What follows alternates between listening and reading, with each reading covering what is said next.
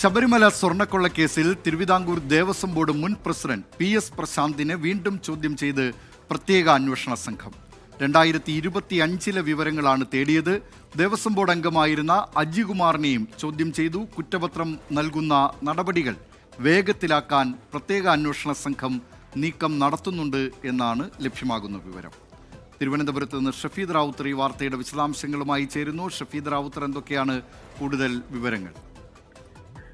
ദിലീപ് കുമാർ, ഈ തെരഞ്ഞെടുപ്പ് കാലത്ത് ശബരിമല സ്വർണ്ണക്കൊള്ള കേസിൽ അന്വേഷണം, അതിന്റെ മെല്ലപ്പോക്കടക്കമുള്ള കാര്യങ്ങൾ വലിയ രാഷ്ട്രീയ വിമർശനങ്ങൾക്ക് വഴിവെച്ചിരുന്നു. ഇതിന് പിന്നാലെ വീണ്ടും ആ അന്വേഷണത്തിന് ജീവൻ വെച്ച് തുടങ്ങുകയാണ്. ദേവസ്വം ബോർഡ് മുൻ പ്രസിഡന്റ് PS പ്രശാന്തിനെയും പ്രശാന്തിനൊപ്പം അംഗമായിരുന്ന ദേവസ്വം ബോർഡ് അംഗം അജികുമാറിനെയും ഇന്നലെ വീണ്ടും ചോദ്യം ചെയ്തു. 3ാം തവണയാണ് ഇരുവരെയും ചോദ്യം ചെയ്തത്. ഈ PS പ്രശാന്ത് പ്രസിഡന്റായിരുന്ന 2025 സെപ്റ്റംബർ 8-നാണ് അവസാനമായി ദ്വാരപാലക ശില്പപാളികൾ സ്വർണം പൂശാനായി കൊണ്ടുപോയത്. അത് കൊണ്ടുപോയത് ഉണ്ണികൃഷ്ണൻ പോറ്റിയായിരുന്നു. തട്ടിപ്പ് നടന്ന ചെന്നൈ സ്മാർട്ട് ക്രിയേഷൻസിൽ തന്നെയാണ് സ്വർണം പൂശിയതും. ഈ പ്രശാന്ത് നേരിട്ടിടപെട്ടാണ് ഉണ്ണികൃഷ്ണൻ പോറ്റിക്ക് ശില്പപാളികൾ കൊടുത്തുവിട്ടതെന്നാണ് ആരോപണം. ഇവരെ കൂടാതെ നിലവിലെ തിരുവാഭരണം കമ്മീഷണർ, മറ്റുദ്യോഗസ്ഥർ എന്നിവരുടെ മൊഴിയും ഇക്കാര്യത്തിൽ രേഖപ്പെടുത്തിയിട്ടുണ്ട്. 2025 ഇടപാടിനെ കുറിച്ച് പ്രത്യേകം അന്വേഷിക്കുന്നതിന്റെ ഭാഗമായിട്ടാണ് വീണ്ടും ചോദ്യം ചെയ്യൽ നീക്കമായി SIT മുന്നോട്ട് പോയത്. ഇക്കാര്യത്തിൽ ഹൈക്കോടതി ഇനി ഇതൊരു പ്രത്യേക കേസായി എടുത്ത് അന്വേഷിക്കണമെന്ന് നിർദ്ദേശിച്ചാൽ അങ്ങനെ ഒരു കേസ് കൂടി ശബരിമല സ്വർണ്ണക്കൊള്ളയുമായി ബന്ധപ്പെട്ട് ഉണ്ടാകും. ദിലീപ് കുമാർ.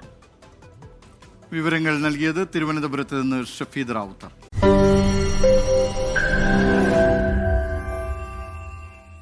ലോകത്തെവിടെയായാലും ഏത് സമയത്തും 24 വാർത്തകളും ഓഗ്മെന്റഡ് റിയാലിറ്റി പാക്കേജുകളും എക്സ്പ്ലെയിനറുകളും വിശദമായി കാണാൻ ഞങ്ങളുടെ YouTube ചാനൽ നിങ്ങൾക്ക് സബ്സ്ക്രൈബ് ചെയ്യാം.